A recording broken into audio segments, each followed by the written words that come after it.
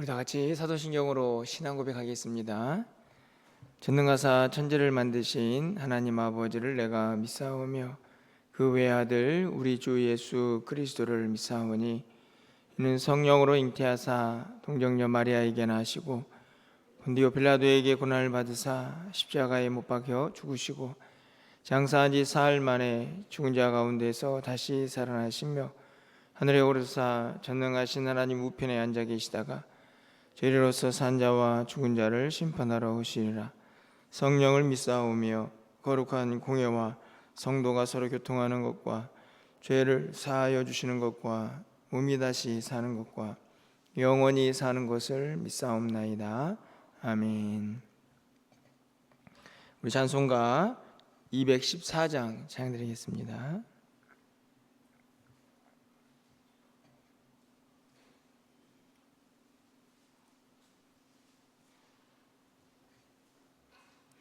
(214장입니다)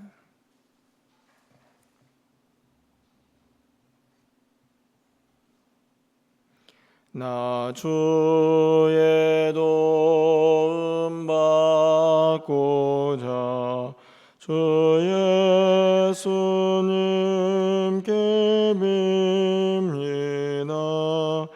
그 구원 허락하시사 날 받아주소서.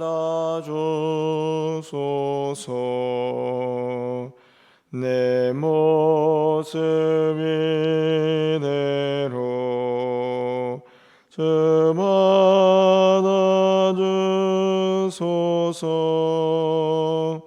날 위해 돌아가신 주 날 받아주소서. 큰 죄에 빠져 영증을 날 위해 빌렸으니 주 형상대로 빚으사 날 받아주소서.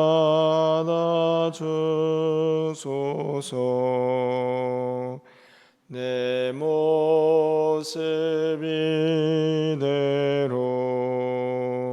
주 받아주소서. 날 위해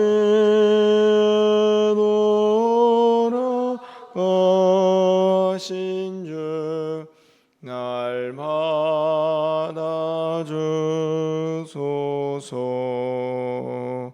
내 힘과 결심 약하여 늘 깨어지기 쉬우니 주 이름으로 구원해 날 받아주소서.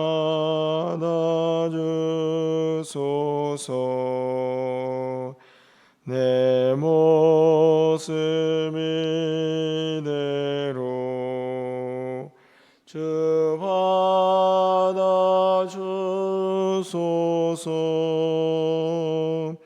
날 위해 돌아가신 주 날 받아주소서. 내 주님 서신 발 앞에 나 꿇어 엎드렸으니 주의 신 역사 이루게 나 주소서. 내 모습 이대로 주 받아주소서. 날 위해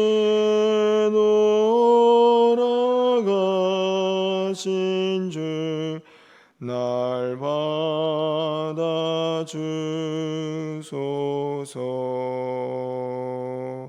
아멘.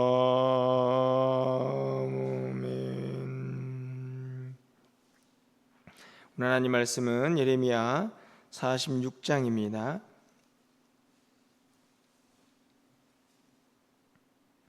13절에서 28절까지의 말씀을 교독하고 마지막 28절은 함께 읽겠습니다. 구약성경 1126쪽에 있습니다. 바벨론의 느부갓네살 왕이 와서 애굽 땅을 칠 일에 대하여 선지자 예레미야에게 이르신 여호와의 말씀이라.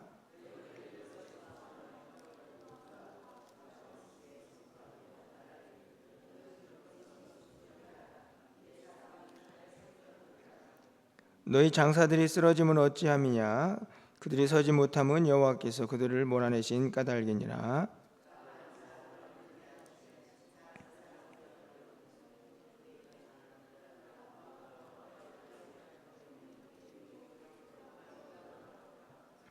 그들이 그곳에서 부르짖기를 애굽의 바로 왕이 망하였도다. 그가 기회를 놓쳤도다.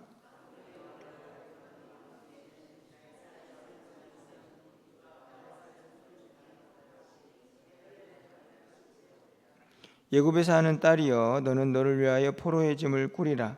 노비 황무하며 불에 타서 주민이 없을 것임이라.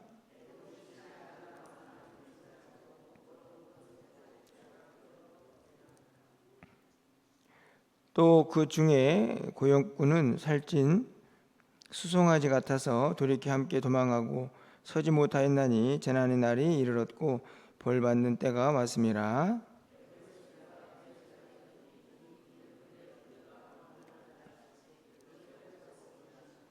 여호와의 말씀이니라. 그들이 황충보다 많아서 셀 수 없으므로 조사할 수 없는 그 수풀을 찍을 것이라.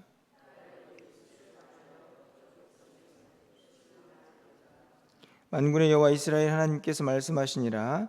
보라, 내가 노의 아문과 바로와 애굽과 애굽 신들과 왕들 곧 바로와 그 밑을 그를 의지하는 자들을 벌할 것이라.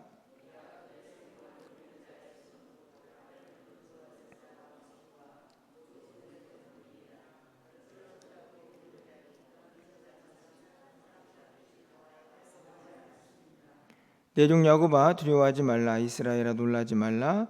보라, 내가 너를 먼 곳에서 구원하며 내 자손을 포로된 땅에서 구원하리니 야곱이 돌아와서 평안하며 걱정 없이 살게 될 것이라. 그를 두렵게 할 자가 없으리라. 내 종 야곱아, 내가 너와 함께 있으니 두려워하지 말라. 내가 너를 흩었던 그 나라를 다 멸할지라도 너는 사라지지 아니하리라. 내가 너를 법대로 징계할 것이요 결코 무죄한 자로 여기지 아니하리라 하시니라. 아멘.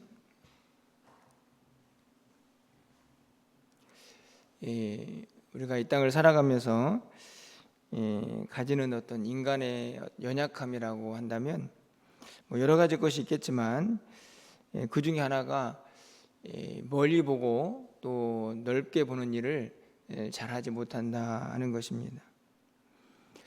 사실은 우리가 하루하루를 이제 사는데 어떻게 보면은 급급하고 또 그리고 그 하루를 사는 일에 우리가 늘 최선을 다하기 때문에 멀리 어떤 큰 시간의 흐름 속에서 어떤 하나님의 주권이나 섭리 이것들을 바라보는 것이 그렇게 쉽지는 않다 하는 생각이 드는데요.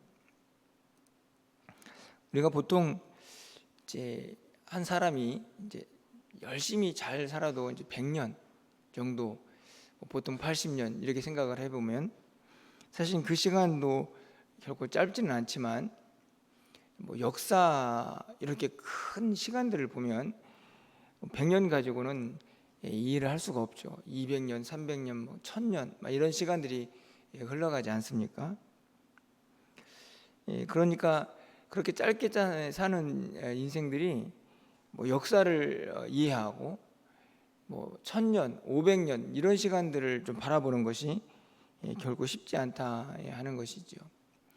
아침부터 너무 거창한 이야기처럼 들릴지 모르겠지만 오늘 본문에 있는 말씀이 이제 그것을 드러냅니다. 이제 예레미야는 이제 후반부로 들어오면서 이스라엘 백성들을 괴롭혔던 주변의 국가들이 어떻게 이제 정리가 되는가에 대한 내용들이 이제 기록이 되거든요. 어제부터 살펴봤지만 이제 첫 번째로 예굽에 대한 이야기가 등장을 이제 합니다. 우리가 잘 알다시피 예굽은 이스라엘 백성들을 이제 종살이 시켰던 그런 나라이고, 이스라엘 바로 밑에 있는 이제 지도상으로는 이제 그런 나라죠. 이제 그 나라가 어떻게 멸망할 것이냐 이제 기록이 되어 있습니다. 그런데 오늘 좀 생각해 보고 싶은 것은 그 당시의 사람들은 어떻게 이 일을 해석했을까요? 제가 보기에는 뭐 정치적으로 오늘 본문에 보니까 이제 바벨론의 느부갓네살 왕이 와서 예굽을 치거든요.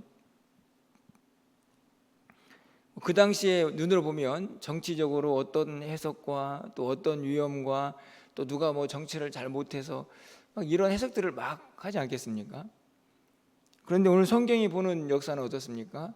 그 하나님이 하신 거다, 이렇게 간단하게 결론을 내리고 있는 것이거든요. 이게 무슨 말씀이냐 하면 이 땅에 있는 많은 이제 인류 역사도 마찬가지입니다.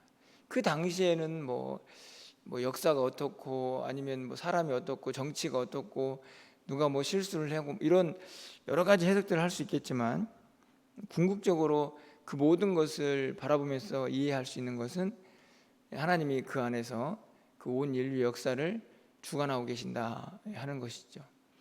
그것을 보는 사람과 그것을 보지 못하는 사람은 제가 보기에는 삶에 엄청난 모습의 차이가 나타난다 하는 것을 알게 됩니다. 결국에는 가까이에 있는 것, 내 주변에서 벌어나는 일들만 관심을 갖는다면 결국 하나님의 주권과 섭리를 이해하는 데는 늘 한계가 있을 수밖에 없는 거죠. 오늘 본문도 마찬가지입니다. 분명히 그냥 현상적인 모습으로 보면 바벨론의 느부갓네살 왕이 예굽을 쳤다, 이렇게 정리가 되는 건데, 그 일을 누가 했느냐라는 사실을 성경이 분명히 가르쳐 주죠. 여러분 13절 말씀을 보십시오. 바벨론의 느부갓네살 왕이 와서 예굽 땅을 7일 이렇게 되어 있습니다. 그렇죠?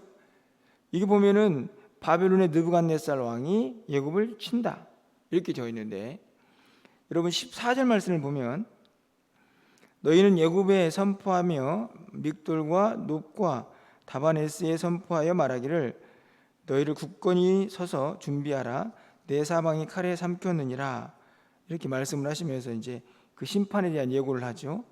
그런데 바로 15절 말씀을 보면 너희 장사들이 쓰러지면 어찌함이냐, 그들이 서지 못함은 여호와께서 그들을 몰아내신 까닭이다.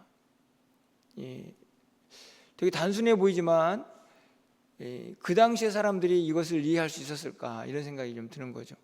분명히 13절에서는 바벨론의 느부갓네살 왕이 예굽을 친 거죠. 그런데 15절에서는 하나님께서 그들을 몰아내셨다 이렇게 기록을 합니다. 그러면 그 모든 역사를 누가 주관하고 계시느냐? 겉으로 보기에는 바벨론의 왕이 느부갓네살 왕이 예굽을 쳤다 이렇게 역사적으로는 평가가 되겠지만, 그 일을 하나님이 하고 계시다라고 성경이 기록을 하고 있는 것이죠. 16절 말씀을 보면 그가 하나님입니다. 많은 사람들을 넘어지게 하심에 이렇게 되어 있고, 18절 말씀을 보면요, 만군의 여호와라 일컫는 왕이 이르시되, 그러니까 예굽에도 왕이 있고 느부갓네살도 바벨론의 왕이 아닙니까? 그런데 그 왕들은 진짜 왕 앞에 굴복하게 되어 있습니다. 그게 누구냐면 만군의 여호와, 그 모든 왕들의 왕이시죠. 그 하나님께서 모든 일을 주관하고 계시다 하는 사실을 성경이 분명히 가르쳐주고 있습니다. 25절과 26절도 마찬가지입니다. 하나님께서 그들을 벌하신다 이렇게 말씀하시면서 26절 말씀을 보면 내가 그들의 생명을 노리는 자의 손, 곧 바벨론의 느부갓네살 왕의 손과 그 종들의 손에 넘기리라 이렇게 되어 있습니다. 하나님이 허락하셨다는 말씀. 결국에는 이 모든 것을 정리해 보면 이제 이후에도 계속 나오겠지만 역사의 한 나라의 흥망성쇠가 누구에 의해서 좌우되고 있는가? 분명히 하나님이시다 하는 것을 알 수가 있는 것이죠. 아까도 말씀을 드렸지만 그 당시를 사는 사람들은 뭐 이런저런 정치적인 해석도 하고 또 그 나라가 망할 수밖에 없는 여러 가지 이유들을 뭐 학문적으로 들 수가 있습니다. 그러나 신앙의 눈으로 보면 하나님께서 그 모든 일을 주관하시고 또 허락하셨기 때문이다 하는 것을 분명히 가르쳐주고 있는 것이죠. 결국은 온 인류의 역사가 하나님의 절대적인 주권 안에서 움직여가고 있는 것입니다. 이 문제는 뭐 한 7, 80년 살고 많아야 100년 정도 사는 우리가 그 하나님의 주권과 섭리를 이해하는 데는 너무 시야가 좁은 거죠. 게다가 우리의 믿음도 연약하다 하는 생각을 갖게 되는 것입니다. 여러분, 그런데 27절과 28절에서는 조금 다른 말씀이 기록되어 있습니다. 갑자기 이스라엘 구원에 대한 이야기가 나오거든요. 왜 이 본문이 나왔을까? 저는 28절 때문이라고 생각이 드는데요.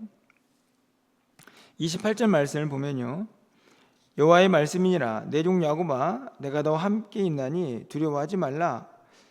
여기까지는 하나님의 백성이니까 이렇게 생각할 수 있는데 그 뒤에 말씀을 보면 내가 너를 흩었던 그 나라들을 다 멸할지라도, 그러니까 이스라엘 백성들을 어렵게 했던 모든 민족들입니다. 처음으로 이제 애굽이 얘기가 되는 거고, 내일 나오겠지만 뭐 블레셋, 뭐 모압, 나중에는 바벨론도 마찬가지, 예외가 아닙니다.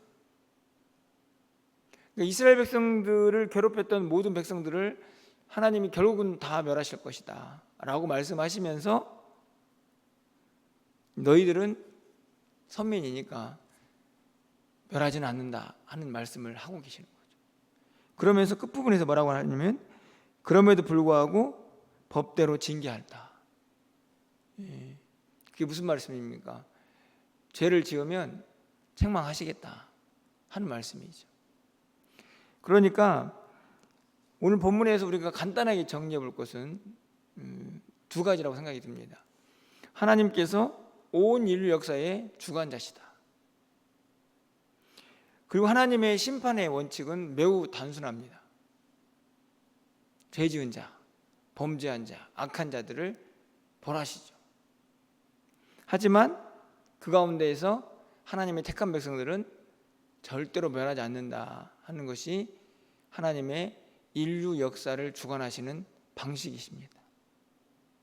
지금 우리가 그 안에 있는 거죠. 하나님의 택한 백성들, 여기서는 야고바 이렇게 되어 있지만 그들에게 분명히 말씀하십니다. 지금은 징계를 받아서 포로로 잡혀가 있지만 결국에는 다 돌아올 것이다. 그리고 너희를 괴롭혔던 많은 민족들은 하나님의 뜻에 따라서 다 멸하여질 것이다 라는 사실을 분명히 가르쳐주고 있는 것입니다. 오늘 본문을 통해서 오늘 꼭 한 가지만 여러분에게 말씀드리고 싶은 것은, 저도 마찬가지입니다. 제가 오늘 뭐 지난주와 다르지 않게 또 새벽에 눈을 뜨고 또 여러분을 만나서 말씀을 전하지 않습니까? 그리고 오늘 하루를 또 어떻게 살까 계획도 세우고 또 해야 할 일들을 점검도 합니다. 매우 중요한 일이죠. 하지만 거기에서 우리의 시선이 머물러 있어서는 안 된다는 말씀입니다. 짧게는 우리의 인생 전체를 우리가 어떻게 살아야 할지를 보아야 하고, 그리고 조금 더 넓게 본다면 우리가 이 세상을 떠난 다음에 우리 다음 세대들은 또 이 교회와 또 이 지역과 이 나라와 열방을 위해서 또 하나님 나라를 위해서 어떻게 살 것인가, 그렇게 크게 보는 눈들이 우리 안에 항상 존재해야 한다는 것입니다. 주일학교가 지금 여름 사역을 하고 있습니다. 어떻게 보면은 뭐 해년마다 하는 일이죠. 그러나 이 아이들이 또 얼마나 어떻게 자라서 또 한국교회를 이끌어가고 우리 멸류관교를 섬기고 또 하나님 나라를 할 것인가, 그때는 사실은 우리는 이 땅에 없을 수도 있죠. 그것들 항상 기억하면서 기도하는 것입니다. 기대하고 소망하는 거죠. 너무 동떨어진 이야기를 하는 것 같아서 제가 한 예를 좀 들어보려고 하는데요. 제가 지난 주일에 어떤 우리 고등부 친구가 나와가지고 앞에서 찬양을 하는 걸 우리 찬양 예배 때 보았습니다. 여러분 보셨죠? 저는 얼마나 감동스럽고 뭉클하던지요. 야, 저렇게 많이 컸구나. 이렇게 사람들 앞에 서가지고 찬양을 할 정도로 그렇게 서 있는 우리 친구를 보면서 얼마나 감사하던지. 굉장히 짧은 시간입니다. 제가 이제 멸관교 온 지 한 10년 정도 되었는데 그 시간 동안 벌써 한 아이가 그렇게 커 있는 거죠. 우리 유초동부를 보면서 그런 생각이 들었습니다. 또 10년이 지나면 저렇게 커 있겠지. 하지만 중요한 것은 그 모든 일 가운데 우리가 열심히 뭔가를 계획을 세우고 진행하지만 그 모든 일들을 보이지 않는 하나님이 여전히 간섭하시고 역사하시고 이루어 가신다 하는 것입니다. 그것을 우리가 항상 잊지 말고 살아야 하는 것이죠. 그래야 지금 당장 내 앞에 펼쳐져 있는 그 문제에 집착하지 않고 더 넓은 마음으로 하나님의 뜻을 구하고 주님의 역사를 기대하면서 하루하루를 살아갈 수가 있는 것입니다.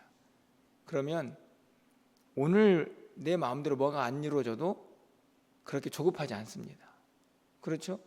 10년을 살고 100년을 바라봐야 되는데 뭐 오늘 당장 뭐 어떤 일이 좀 이루어지지 않는다고 그렇게 실망할 필요도 없는 것입니다. 그렇게 좀 넉넉한 마음으로 역사의 주관자가 되시는 하나님의 시선으로 이 세상을 바라보면서 우리에게 주어진 하루하루를 그렇게 살아갈 수 있는 저와 여러분의 삶이 되시기를 간절히 소망합니다. 그 안에 하나님의 크고 놀라운 역사가 분명히 우리를 통해서 이루어질 줄 믿습니다. 기도하겠습니다. 역사의 주관자가 되시는 전능하신 하나님 아버지, 분명 바벨론의 느부갓네살 왕이 애굽을 친다고 말씀을 하시지만 그 모든 일에 하나님의 뜻과 섭리가 있음을 분명히 말씀하고 있습니다. 우리가 믿음의 눈을 열어서 이 땅을 살아가는 동안에 전능하신 하나님의 그 주권과 섭리를 날마다 바라보게 하시고 그것을 기대하게 하시고 그 속에서 역사하시는 하나님의 뜻이 온전히 이루어져 갈 수 있도록 우리가 기도하며 소망하는 삶을 살게 하여 주시옵소서.